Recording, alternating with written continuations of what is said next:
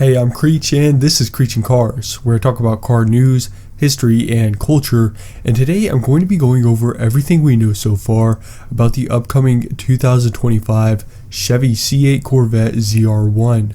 I'll take you through the exterior and interior design and then go over the mechanical and performance specs. Finally, I'll talk about pricing and release date and give my opinion on whether or not the new ZR1 will be successful. The Corvette has long been celebrated as America's bargain supercar.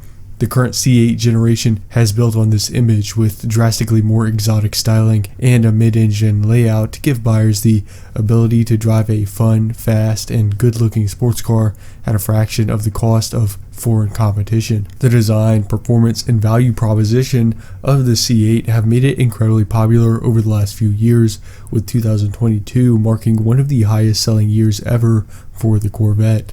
Last year, the higher performance Z06 went on sale with a higher price tag, but it came with the most powerful naturally aspirated V8 of any production car. But as many of you are already aware, the Corvette doesn't stop there, and we knew that the C8 ZR1 would have to come eventually. So let's start by taking a look at the potential exterior of the new ZR1. Of course, with it being based on the normal C8, we know mostly what the body lines and design language will look like, so let's focus in on the changes over the standard body. And while the design hasn't been officially revealed just yet, we do have quite a bit of spy shots of a heavily camouflaged ZR1, and artists have been able to create digital renderings based on this camouflaged model. The ZR1 will definitely have some aerodynamic upgrades shown by the carbon fiber front splitter and side skirts. The ZR1 should also have a more aggressive grille and front end design like the C7 ZR1. However, the hood should remain largely the same, as the C8 is mid-engined. There's little Chevy could do that would be functional on the hood. There will still be larger air intakes, but those of course won't really be present on the front end. A wing can be seen on the spied ZR1, and while the production versions may differ slightly, I think it's safe to say it will have a wing, although it might be smaller than what you see now. One more major change on the exterior will be the wheels. On the spied version, the wheels are camouflaged as well, which all but guarantees they will be unique to the ZR1, although it's anyone's guess right now as to what they would actually look like. As far as the interior goes, the C8's interior is the nicest a Corvette has ever had, and for the ZR1, there won't really be a whole lot of changes. I would expect some unique colors or color combinations and maybe some ZR1 badging, but aside from that, there won't really be anything super notable. Even though the C8's interior is already 3 years old and interior design has been changing rapidly over the past few years, I do think the C8 still looks good and modern with a very driver-centric feel. But of course, where we will see the biggest changes is in the mechanical setup of the ZR1 over the standard C8 and even the Z06. The current Z06 has the LT6 5.5 liter V8, and that produces 670 horsepower when naturally aspirated, but the major change here will be the addition of 2 turbochargers to this engine, which would be the first time a Corvette has ever had turbochargers, as the last ZR1 was supercharged. This could enable the ZR1 to put out over 800 horsepower and 700 pound-feet of torque, all of which would go to the rear wheels through an 8-speed dual-clutch automatic transmission.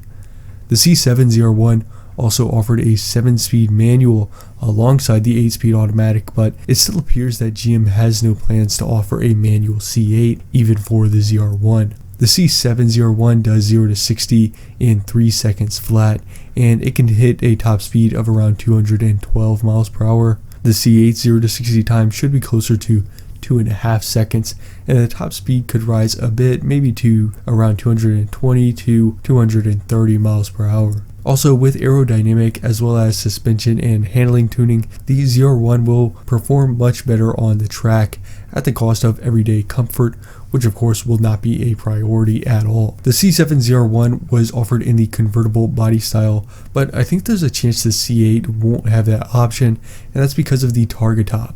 And much of the competition only offers a coupe, so the Targa would still be a plus for those who want an open air experience. The C8 will likely get a fairly hefty price increase over the previous generation.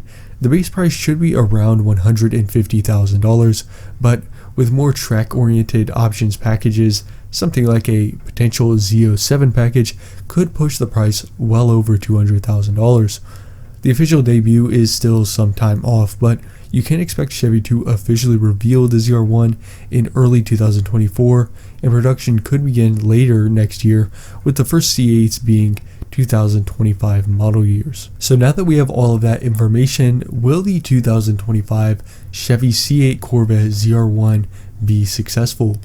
While the Corvette Stingray is already considered a bargain mid-engine sports car, the ZR1s of the past have pushed the Corvette into competition with proper supercars like the Huracan and what is now the Roma, but the C8 ZR1's main competitor is the Nissan GT-R Nismo. Corvette fans will certainly compare the ZR1 to its Italian competition, but among buyers, the brand name and image matter just as much as performance, which really only leaves the GT-R as another supercar from a mass market automaker. And here I think the new ZR1 wins in just about every category. In terms of design, the GT-R is boring and dated at best, and really doesn't give off a supercar or even a high-end feel, but more importantly, even the $220,000 Nismo is only offered with a V6. It is turbocharged and puts out 600 horsepower, although it's widely believed that that number is understated, but still the GT-R Nismo has comparable acceleration and lap times to the far cheaper Z06 Corvette, and for $220,000 you should be able to just about max out the new ZR1. One other model buyers may cross-shop is the Mercedes-AMG SL63. The new SL class does have a twin-turbo V8 like the new ZR1 will have, but it is a smaller engine and nowhere near as powerful as the LT6. Additionally, with a more comfortable interior and the lower rigidity of the Roadster body style, the SL class is clearly targeting a different type of buyer. So that's everything you need to know about the upcoming Chevy C8 Corvette ZR1. Let me know what you think about the all-new ZR1 in the comments below. On this channel, I talk about car news like this, as well as history and culture, so if you like videos like this, check out some of the other videos on the channel, and subscribe so you don't miss future uploads. Thanks for watching, and I'll see you next time.